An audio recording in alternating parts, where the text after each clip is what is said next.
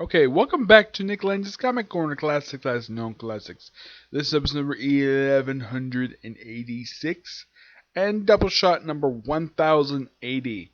I got two volumes for Amazing Spider-Man, well, collects the current trade for the series, trades for of the series by Nick Spencer. Yep, first time in a while I've actually covered these. Well, the last one I covered was basically physical books, but the local library doesn't like to buy them for some reason. Looking up at this app that is associated with the library, but get no problem. Okay, first up we have the fourth volume for the trade series. We have Amazing Spider-Man Volume 4, Hunted. Yes, a storyline that Nick Spencer building since issue 1. This book collects issues 16 to 23 of Amazing Spider-Man Volume 5, along with some, believe it or not, some of these how should I put these things? These are like .HUs, like 16.8U. Between every issue, there's a .AU, and it's like this for issues 16, 18, 19, and 20. There's about 4 of these.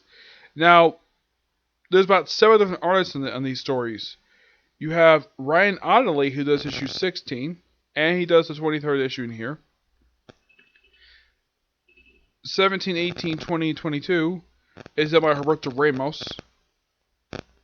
Let's see. 1921, this guy's also the inker as well, is Gerardo Salvador. Alberto Albuquerque does also issue 16. The 16.8 HU is done by Ivan Calido. Ken Lashley does 18.8U. 19.8U is done by Chris Bachalo. And 20.8U is done by Corey Smith. This storyline is just basically, well, it's the big thing. Now, at the end of the previous storyline, Kraven the Hunter got his hands on the planetary shield. Yeah, somehow Arcade got his hands on that damn thing. And he's working with Kraven the Hunter for this storyline. And Kraven the Hunter has taken the time, before he puts up the shield, he decides to do a flashback basically by Kraven where he meets some random guy who he almost killed, and he takes his family, his own wife, who he murders, and his resurrected son. They mentioned about his resurrection, which happened back in Grim Hunt. Yes, I believe that storyline was done by Mark Waid, if not mistaken. He's the one who brought the character back, as he'd been dead for, almost 20 years. Yeah, he died back in the 80s in the classic storyline, Kraven's Last Hunt, when he was killed off by James DeMatteis. How did he die? Shot himself in the head. Suicide. So after he killed his beautiful wife, his daughter killed his only other son he had. Yeah, here's the thing about Kraven. Kraven's had 3 sons. But the third son doesn't know about him. As far as I know, he has never known about him at all. I don't think he even cares to know.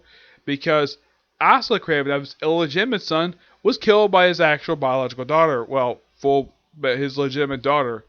His resurrected son, he killed himself because he didn't think as though the characters be resurrected.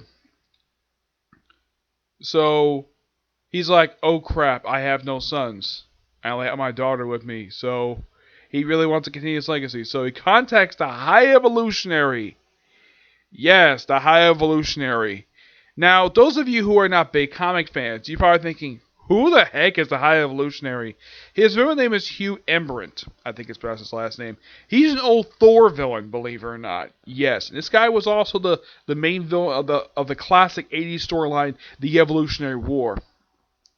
The guy himself has occasionally appeared over the years. He started as a villain, but mostly he's remained very neutral.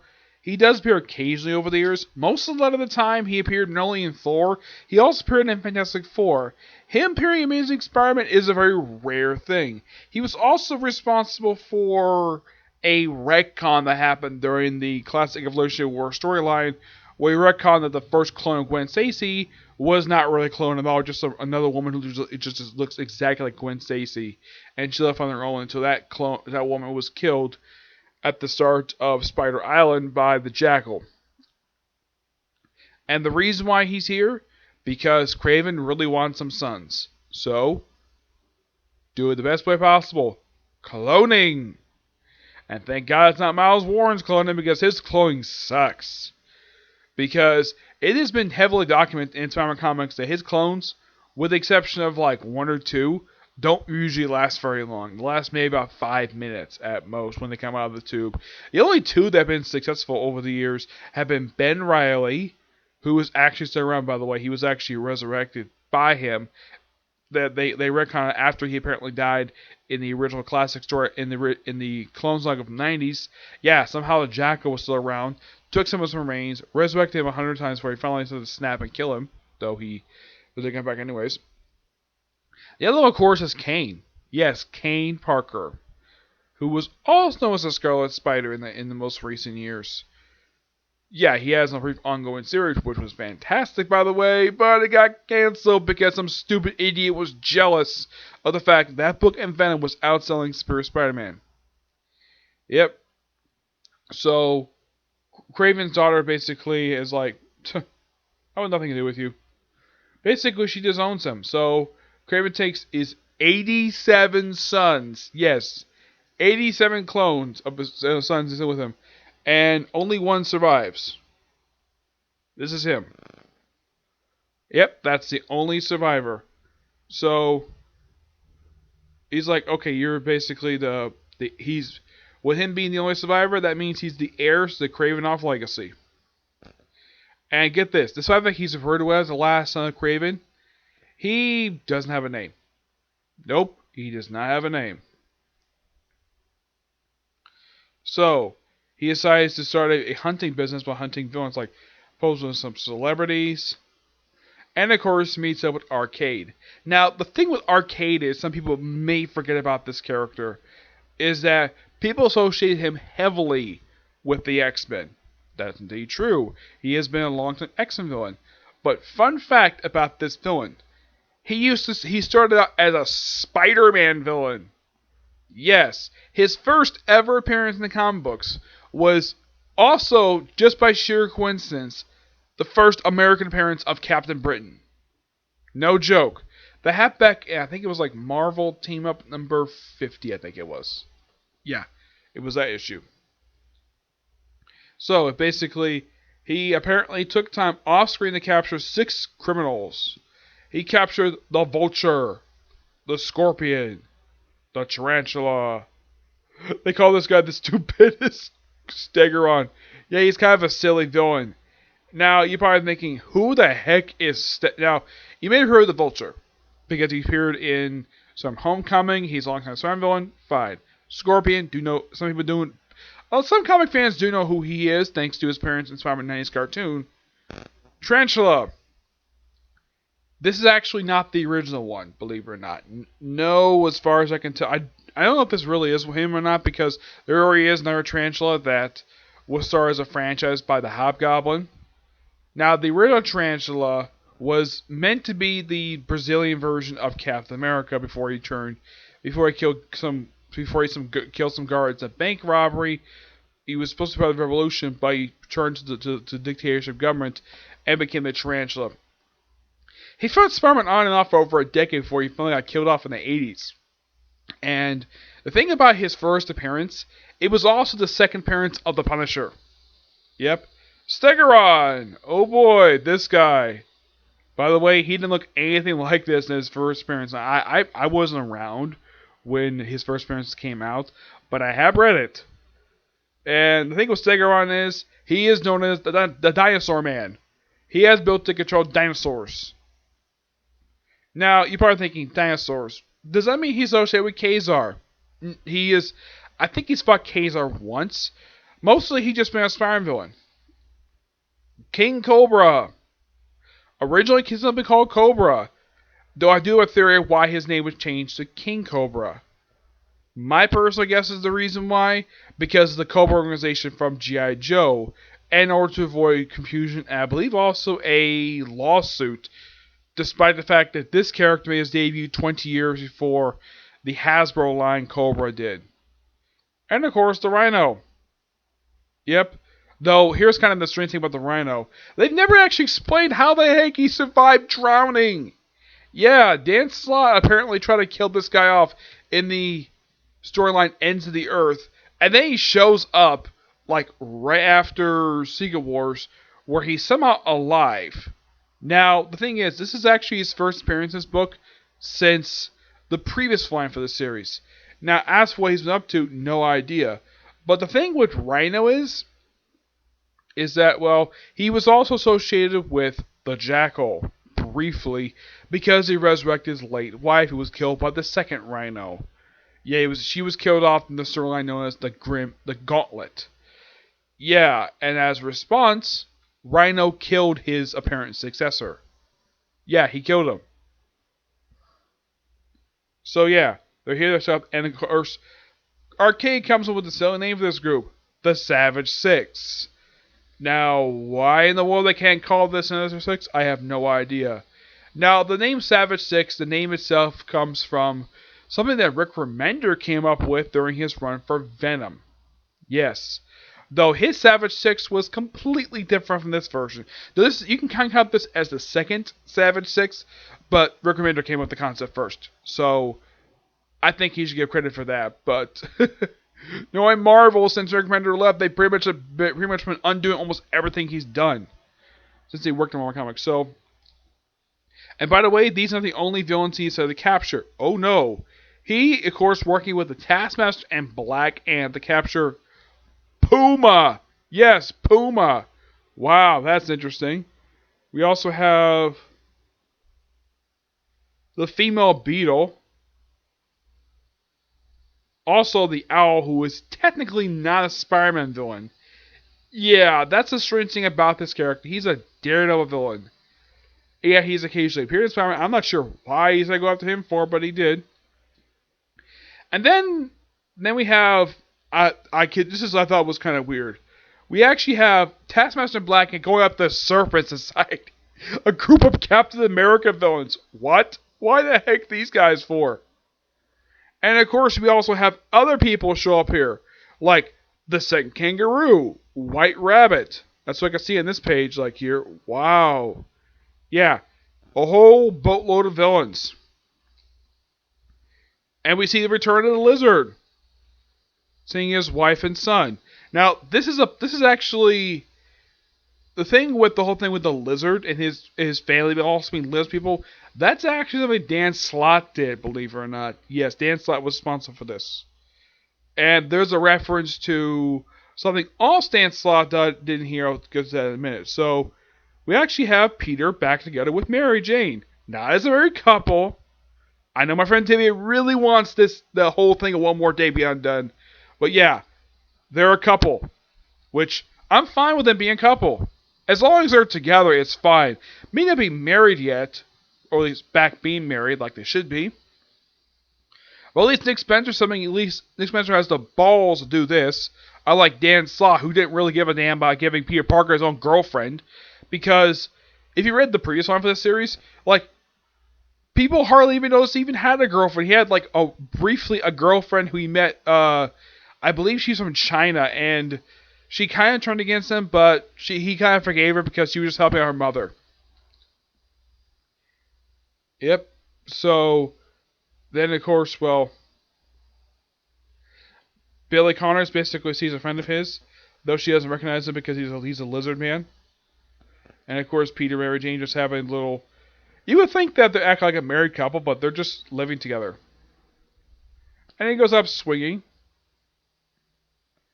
And then we see Black Ant and Taskmaster take Billy Connors. Yep, they take Billy Connors. Oh yeah, and Arcade tends to pose himself as Arcade.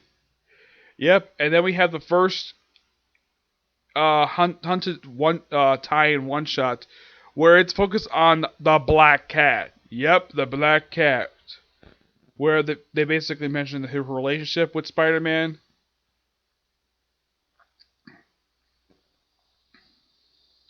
And the fact that, well, when apparently it's implied that when he took her to his apartment, it's implied they had sex. Very heavily implied. Then she's basically his place, and she runs into Hammerhead. Yep, Hammerhead. In case you're curious, though, who created this character? Jerry Conway did. Back in the 70s. Yeah, he's a cool character. I mean, when he first showed up, here's the thing about Hammerhead. He's a big fan of 20s gangster movies. Despite the fact he dressed in modern suits, when he first showed up, he basically was dressed like he was from the 1920s, despite the fact he was active in the 70s. But yeah, Hammerhead. So yeah, they're working with basically who's kidnapping all the villains. That's the whole purpose of her in the storyline. And of course, she just runs by sheer coincidence. She runs into Billy Connors, who's, well, a friend of Peter's. Yeah, and of course, Peter sort of breaks into his apartment, or basically, when he gives her basically something, like, it reminded me, and of course, she thinks that it's an engagement ring. Nope, it's something else. Or at least something maybe something else she thinks. And she just walks and sees owl basically in prison. And of course she gets a brief fight with the Black Ant. She gets knocked out by the Black Ant. She also is bleeding. She also fights them pretty well, despite the fact Taskmaster has a photographic memory. Yep. And what is Peter Parker giving her? A Spire Tracer. The very first one he ever planted on her. Basically, if she needed to contact him, this is the best way to do it. 7 coordinates. You can record a message. How romantic. And you put in that box because I didn't have time to wrap it. You have all these empty jewelry boxes around, which I try ask you, which I was not trying to ask you about.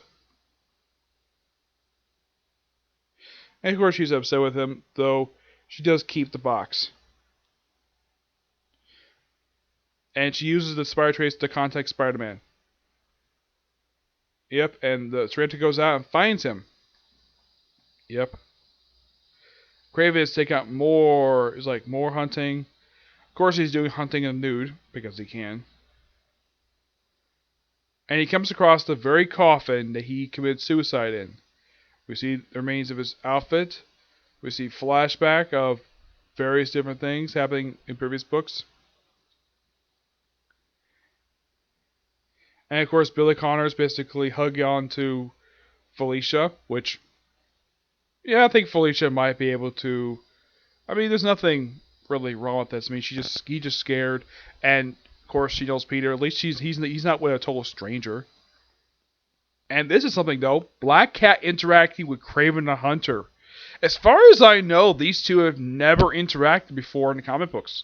So this is the first time this has ever happened. Just like how she never interacted with Taskmaster before. So you at least gotta thank Nick Spencer for basically having some characters who have never interacted before. The villains I mentioned are the only ones here. We have more villains. Oh boy. And we have a bunch of rich people basically doing a lot of hunting of our villains. Now who else is it besides the Savage Six? Well, of course, you have Spider-Man back in his black costume for some reason. Yeah, Kraven is not back in this costume. I think Nick Spencer, in my opinion, must be a big fan of Kraven's last time. That's the reason why he does this. So I runs into the Scorpion, Tarantula, and a bunch of other villains. He also runs into the White Rabbit, Scorpion, Puma, Killer Strike. Yes. You see him under the archway? That's Killer Strike. Yeah, Spider-Man briefly fought this guy back in the 80s in a storyline with the Brand Corporation. This guy, believe it or not, first showed up first appeared in Rampaging Hulk #1, where he first fought Ulysses Bloodstone, the father of Alyssa Bloodstone. Though he's not the only one here. We also see appearance by I'm trying to think who else is here. The female Beetle. It looks like, though, apparently, that Kraven took frickin' Toad. Yes, he took Toad. It's X-Men villain. Okay. Took the Owl. Bunch of other villains. Which I'm like, okay. I think this is supposed to be the female Doctor Octopus. I don't remember her name. Yeah, I remember she apparently one point was a lover of Doctor Octopus, the original one. By the way, he's actually not in the storyline. He's one of like a few major Spider-Man villains who are actually not in the storyline. Green Goblin, you're probably thinking, why isn't he here? He's out in Ravencroft. Doctor Octopus is doing his own thing in California, and the original Electro's dead. Yeah. Now, what about the Chameleon? He does appear at the very end of the storyline, but he's here. And we see these Craven bots. Yeah, these are basically people controlled by. Sorry about itch my nose. My nose itches. Yeah. These are Craven bots, basically controlled by a bunch of rich people who are trying to hunt villains. Because of course they can. And then we see this debut that's made in bandages. They kind of hit this guy a little bit more in the other book. So everybody's running away from these Craven bots.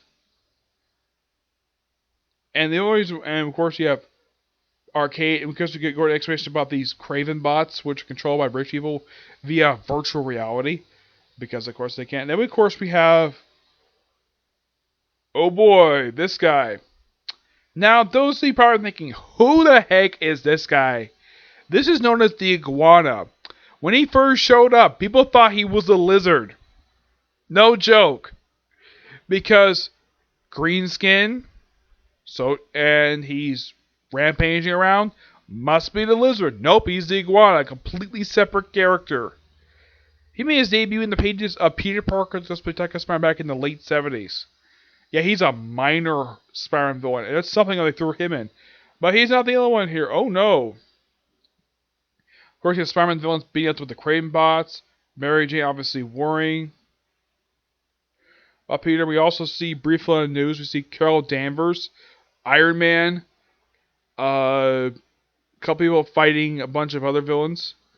And it looks like also news we see that Black Ant has taken the lizard.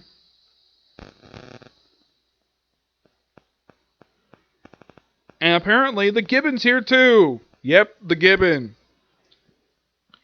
Okay, who the heck? Now you're probably asking about this guy. Who the heck is the Gibbon? The Gibbon was a guy who originally wore an ape suit. And the reason why he looks like this now, where he looks like an actual monkey, that was something Craven did that to him.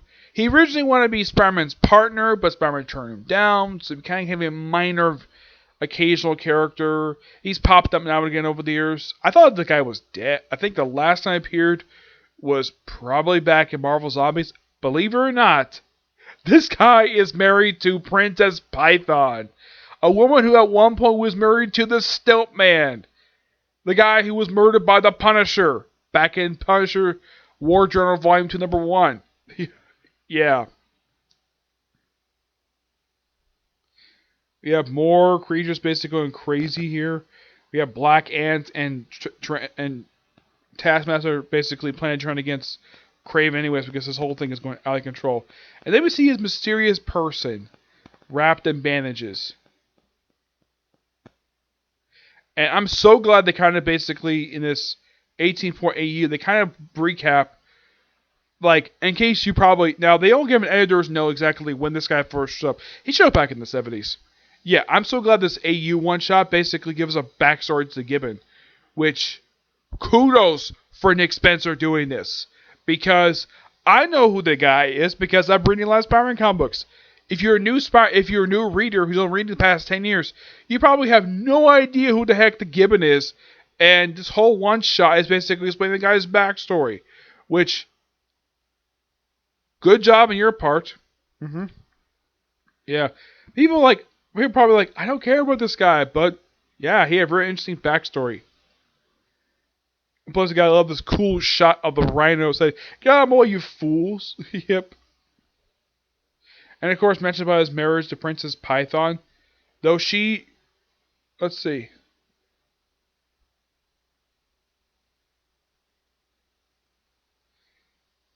Though she kind of in a way left him, but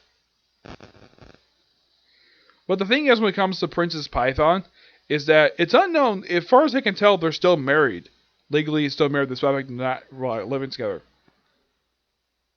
And it's implied this whole storyline, well, it's implied in this issue that the Gibbon died. Yeah, The Gibbon died.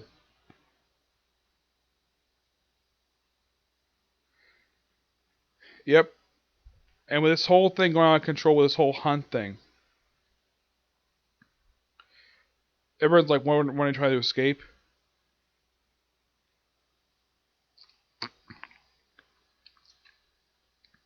Now I get why a lot of the Spider-Man villains are here, except for two. Toad has no business being here because he's an X-Men villain. My only guess is the reason why Nick Spencer probably threw him in because he's a big X-Men fan. Despite the fact I don't think he's ever written an X-Men comic before. And he probably thought it'd be so cool for Spider-Man to interact with him. Oh yeah, and the Vulture becomes sort of a self-proclaimed leader of all the Spider-Man villains who were there.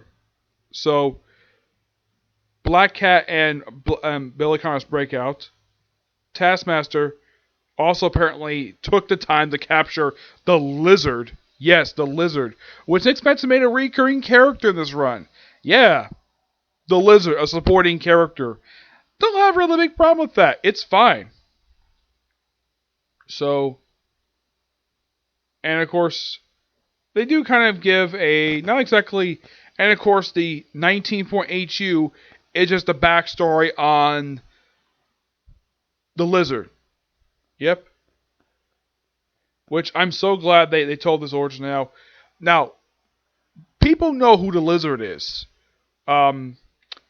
People probably heard of him when he first showed up in the first episode of the Spider-Man 90s TV show. People probably also heard of him, Kirk Connors, because he showed up in the Spider-Man live-action films. And as for why Chris Bachow's drawing this story, well, he did show the storyline no turning back. And of course, the appearance by the Bar with No Name. Yeah, it's a villain's bar. It's had several different locations. One of whom was the site of a famous massacre. Excuse me. Yeah, a massacre. Yeah, a massacre caused by the Scourge in the world, who killed a lot of low-level villains in this one bar. One of them happened to be a villain of Namor. Yeah. So after they capture the Lizard, of course the Lizard's there just to... Well, and of course then they run into Vermin. Yep, Vermin. He's a character people probably know who this guy is, thanks to his appearance in Fear Itself Spider-Man. He appeared in the first couple of issues of the miniseries. Yeah. Vermin is another old Spider-Man villain. He made his debut, I think, back in the 80s. If I'm not mistaken, yes.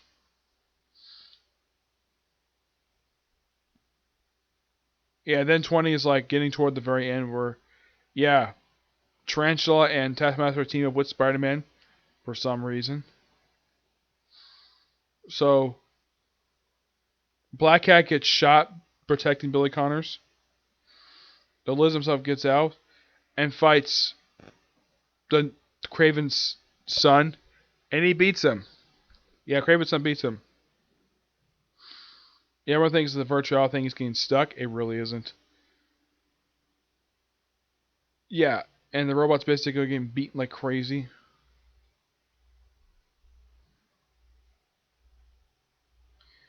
Yep. And they're all looking, and of course, Spider-Man's like, Arcade? Hello, Spidey. Long time no kill. Enjoying the park tonight? I'd love to get your feedback. Continue looking for ways to improve our methods of torturing. I don't have time for games right now. Where's Craven? Wow, somebody wants to speak to my manager already. Well, that's too bad. The big guys are otherwise occupied, mostly looking for all stock and mysterious. Very well, caller. Cause I'll come up with something to keep you entertained while you wait for him. And he's like, Vermin. Yep. Yeah, I love the fact that Nick Spencer basically brought the fact that they haven't met each other a long time, which is true. They haven't. But at least that Spider-Man knows who Arcade is, which, kudos.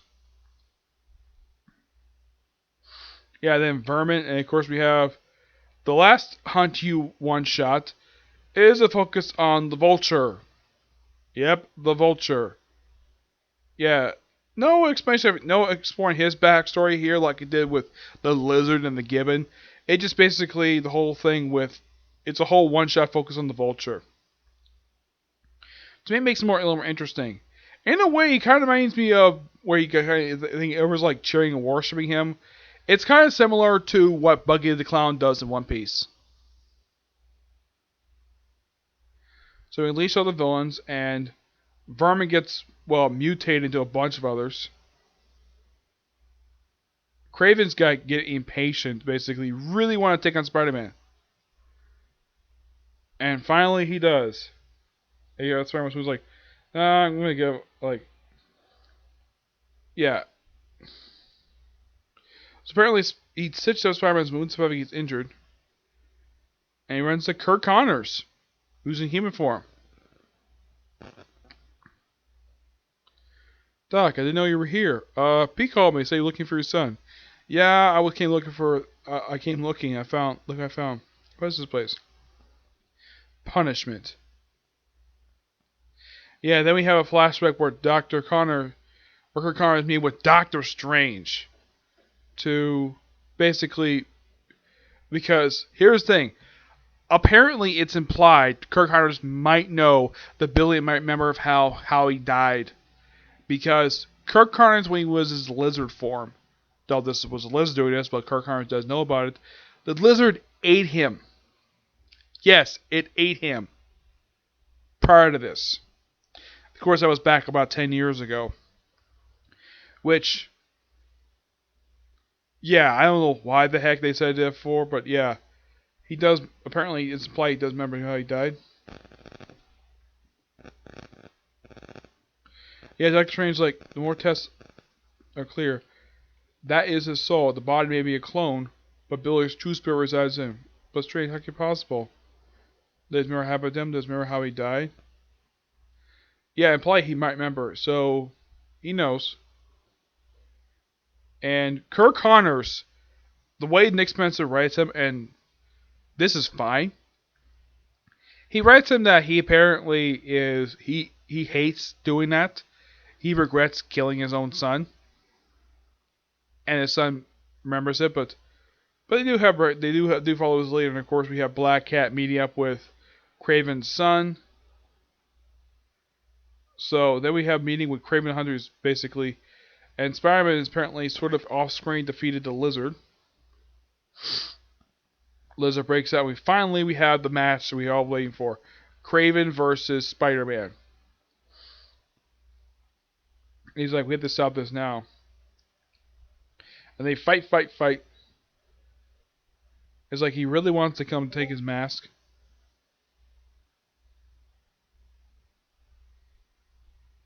And then we have sort of a flashback, apparently.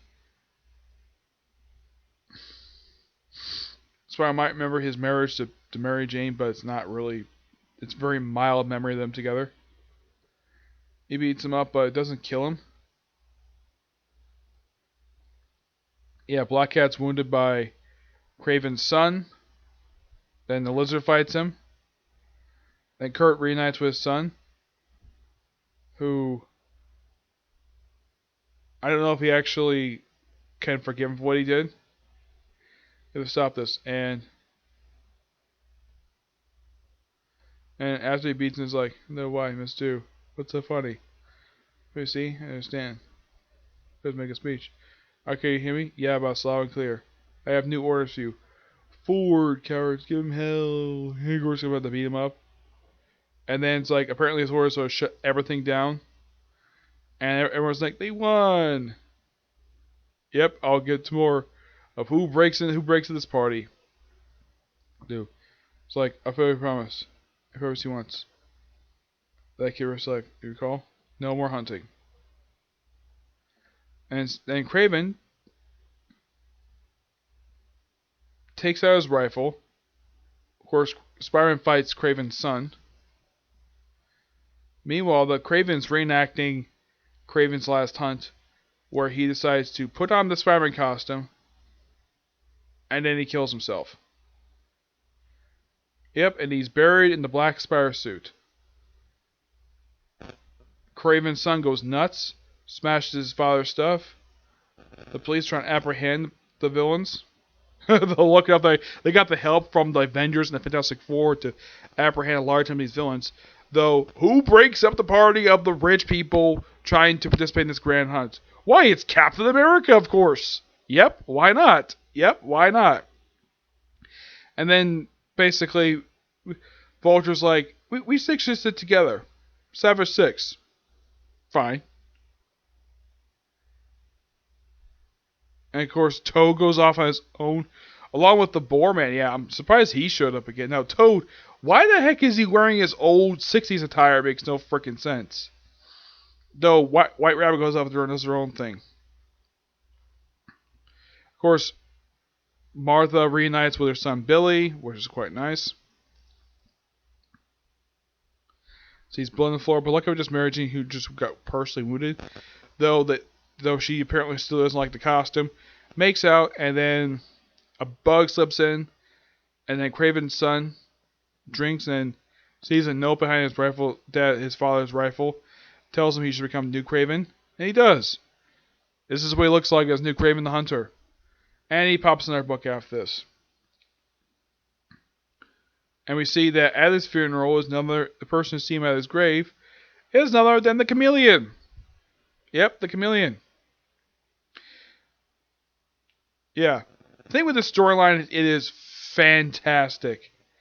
I give Hunted a 10 out of 10. A really good storyline. Great artwork, great pacing, and it's basically, you can kind of think of it as Nick Spencer's love letter to Spider-Man and Kraven's Last Hunt. Great storyline. Alright, next up is Volume 5, Behind the Scenes. Of course, Nick Spencer still the writing, and 2 artists in here, Ryan Ottley, and actually it's about 4 different artists to choose. This book contains issues 24 to 28 of Amazing Spider-Man Volume 5. Ryan Ottley issues 24 to 25. 25 is done by about 4 people. Excuse me. Bertrand says also 25 by Pat Gleason and Kev Walker. There's also 2 storylines run by one by Zeb Wells called Team Up. They also called Robo Helpers. The storyline starts off with Spider and Mary Jane basically talking what happened previously. And then we have a meeting between Mysterio and his psychiatrist. Yep. They also mention what happened in the storyline Guardian Devil, when Mysterio killed himself in front of Daredevil. And I don't know who this guy is. They don't mention this guy's name, of course. He mentions his psychiatrist. Oh boy, his psychiatrist. They reveal who he is a little bit. So, the guy basically comes in, he's like, oh yeah, I can apologize. Kind of reminds you of Swarm. I don't remember who the guy is. He apparently applies he kills Mysterio, but don't worry, he's fine. And of course, Peter's having nightmares. They give him a 25. 25, this is actually, believe it or not, this is a double-sized issue. And when it came out, once again, Marvel decided to charge $10 for this damn book. Which, I keep thinking, Marvel, stop doing that. This was the second 25 in a row they did for Amazing Spider-Man. The last one they did was Wrath of the Clone Conspiracy. Though the first story has the return of Lubbock Reinhardt.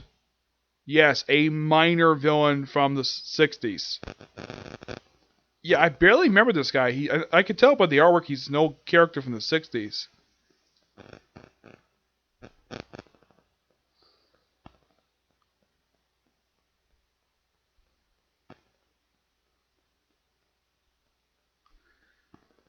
Yeah, so look up Mysterio basically stays alive. And of course, then we have a storyline with Mary Jane, which this whole thing of Mary Jane in here in this one shot, this actually is a backdoor pilot to her brief ongoing series that's going to be canceled soon. So then she goes out at a party, she fights with the female Electro. Yeah, but this also is set up for something happens right after this. And, well, and then we have Kurt reunited with his family, which is quite nice. Yeah, the only reason I know is the backdoor pilot because what happened with female Electro. Because, well, Mysterio's offering a contract. Yeah, the whole point of that is that the Amazing Mary Jane series, which is really good. And apparently we have this guy called, I think his name is Shriek, where he's going to go after the other members of the Spider-Man family. Well, it looks like we have Miles, Spider-Woman, who actually is not wearing this costume anymore, believe it or not. Silk. I don't know who the girl with the green eyes is. We'll see Ben Reilly, Spider-Gwen, Miles, and some guy with a close-up. Yeah. Goes after them. And the female Electra's been transported to Jeff. She got beaten by Mary Jane Watson. And then she's freed by a bunch of female villains. Yeah, when I showed my friend Tibbet, even he was like surprised, like, oh look, it's the White Rabbit, the female beetle, Dr. Octopus. Well, the second one. This woman basically who's got the lever, she's the trapster. And this woman here, that's Scorpina. Her mother is Superior from Hydra. Yeah, think what Scorpina is that she is a character who was supposed to be the second Scorpion. She made her debut over 10 years ago, and she's done not a lot of stuff. I mean, when she first showed up, it seemed that she was kind of a rogue character, and then she became a minor villain for Spider-Man, and for the past decade, almost nothing has been done with this character. I do mean nothing. And of course, they have various other stories in here. And then we have a story that teases the storyline that comes right after the Absolute Carnage. Yeah, I think it was just after the Absolute Carnage tie-in, where it features the return of Spider-Man 2099, features the feature is dying. Yeah. Which, kudos to the fact they actually brought that up. Backdoor. The team of the issue was just Spider-Man and Jameson just teaming up for like reasons, just deal with some robot aliens and stuff like that. It's a really cool story, and then ends with Spider-Man wanting to team up with, of all people, Doctor Strange, which he's like, don't call it that. Apparently, both him and they work team up, and we have a kid-friendly issue of Spider-Man in just alternate reality. I think he's like a big hero. Yeah, with basically him hanging out with all the girls he's basically dated. Like, we see him with Mary Jane Watson, Gwen Stacy, Silk, Betty Brant, Felicia Hardy. And I don't remember who this girl is, this brunette. I think it might be Liz Allen, I don't know, but really cool image. The last 4 issues in here is simply put, basically Spider-Man versus the Syndicate. Now, look at this cover. Does that look like the Superior Forces Spider-Man group? Yeah, except that Shocker, Overdrive, and Speed Demon are not in the storyline. They're on the cover.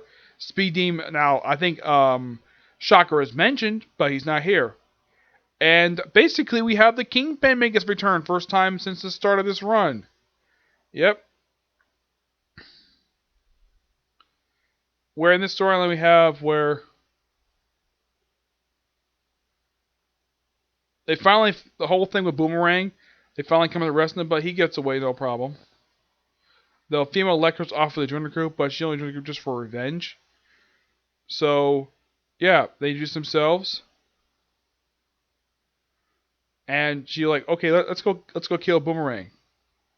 And there's stuff with Randy Robinson here as well. Yeah, Boomerang hanging out at the Fast, which he's not doing anything wrong. He just basically just helping out, which is quite nice. Yep. He's just helping out, not committing crimes, despite the fact he actually is just, well, wanted criminal. And then the Fast is attacked by the Syndicate, which, now, this mentioned in the storyline, hey, now, I love this image for 27 with Spider-Man and Boomerang face off with the Syndicate. Yeah, this is a classic homage to, I think, the cover that had the debut of the Syndicate, which is originally consisted of, I think it was like the original Beetle, Abe Jenkins. It was him. It was definitely Boomerang. Yeah, he was part of the group. It was like a 3-person team. It was basically a group of mercenaries. But this is the new version of the Sinister Syndicate. And he's like, oh, it's like, he goes, oh, Beetle, good to see you. Oh, Girl Gang, awesome. Yep. Yeah, you betrayed me. He's like, yeah, good. Remember the time in Shocker peeing in the pool and turned out to be Hydro Man? Yeah, good times. Oh, got there, Electro. Can't think behind the bar with no name. You try to blow me up the bar with no name. Then I would apologize.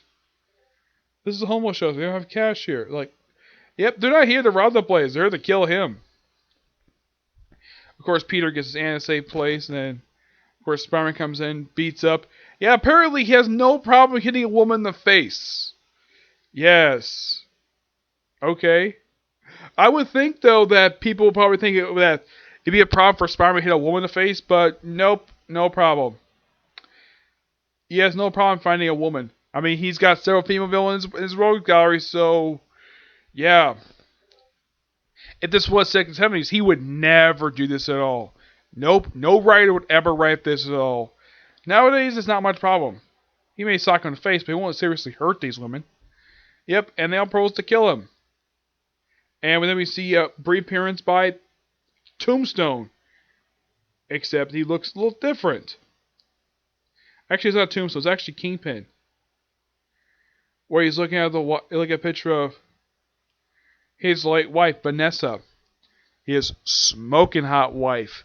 Yeah, she's been dead since Bendis killed her off toward the end of his run for Daredevil. Though she came back a couple times. She came back in Savage Wolverine, and she also came back during Clone Conspiracy. Though Kingpin killed that one off because it wasn't his wife, because she's still dead. Though May Parker's not happy what happened with the fast, so Peter goes out to go home and get changed. And first thing he sees he gets home, he sees Randy Robinson making out with the female Beetle. Yep. He's like, ooh boy.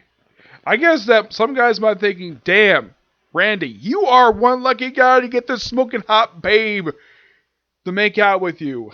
Wow. And it's implied something more, and then of course she leaves, but it's implied that she's in love with him. It doesn't really go anyplace.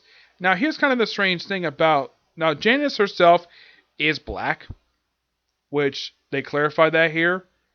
I mean, she looks a bit whitish, but she's actually just probably I don't know if she's biracial or something. But the thing is, her father's Tombstone. But the thing is, they never explain who her mother is, surprisingly. Nope. So she flies off. And then, of course, at the headquarters, they are confronted by, of all people, the Kingpin, who is the mayor of the city. He's the mayor since Charles Shaw's one for Daredevil. Yeah, Shaw's the one who did this. Not Nick Spencer, not Dan Slott, Charles Shaw. The one thing I call bullcrap on is the fact Dan Slott ignored this. Yeah, he basically put a blinder on. Like, whatever's happened in this book is the only thing that matters. He doesn't care the fact that the Kingpin of crime is the mayor.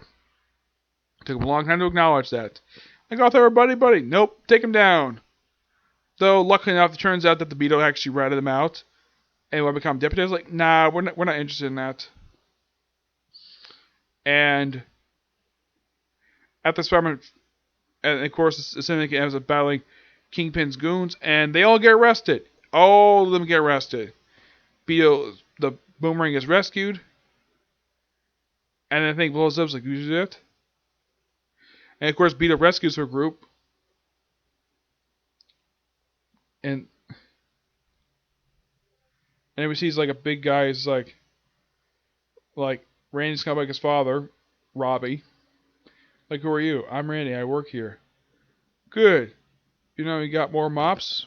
We got some Boomerang blood over there. Excellent, wonderful. Yep. It turns out that there was a lawyer who basically helped him out. And it turns out to be Janice Lincoln. Get to her for brunch this weekend. Are you available? Yeah, actually, I might be able. Just might be. And then we see him looking at the Beetle. His girlfriend. Yep. He's dating the Beetle. Okay, cool. I give this book roughly a 9.5 out of 10. Wow. I didn't expect this one to go for almost an hour, but wow, that's quite something. I want to talk about 2 books, but there's a lot to talk about when it comes to these particular 2 trades. Would I do this in the future? Probably not. They just by sheer coincidence have to be this long, but I'm sorry if this basically goes on for too long, but there was a lot of stuff talking over these 2 really good trades. Yes. Oh, in the case of Kraven, between his Resurrection of Grim Hunt and when he appeared in here, he mostly appeared in a lot of other books. Popped in Black Panther, Scarlet Spider, Superior Foes. He was a recurring character in a beautiful Squirrel Girl. Though Squirrel Girl himself didn't know about his death until like in the final issue of her series that came out last year. So at least you gotta praise the fact that Marvel kept Kraven around alive for 8 years. Also, she popped up in Spider Girl, which that's when she killed off her brother Asa Kravinoff. Yeah.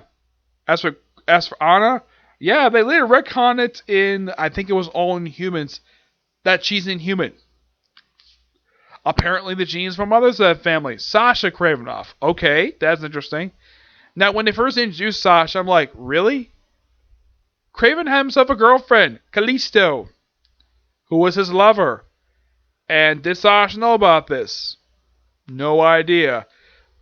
I don't remember who. I think that I don't remember who created Sasha, but interesting concept. The fact that Kraven had himself a wife, not just any wife, a smoking hot wife. Oh my God, Sasha was so beautiful. Anna was basically much younger when she first showed up. But I think now Marvel sort of aged up a bit, where she's basically, when she first showed up, I think she was about 13, 14-ish when she first showed up. Now she looks like she's about in her late teens. She looks like she's about the same height as X-23. I wouldn't be surprised if they made her a villain for X-23. Well, the theme of Wolverine, Laura. Yeah. But not much else to say about these two particular traits. They're both good. Okay, so that's it for particular review. Stay tuned for my review today for One Piece and Case Closed. Okay, see you next video. Bye.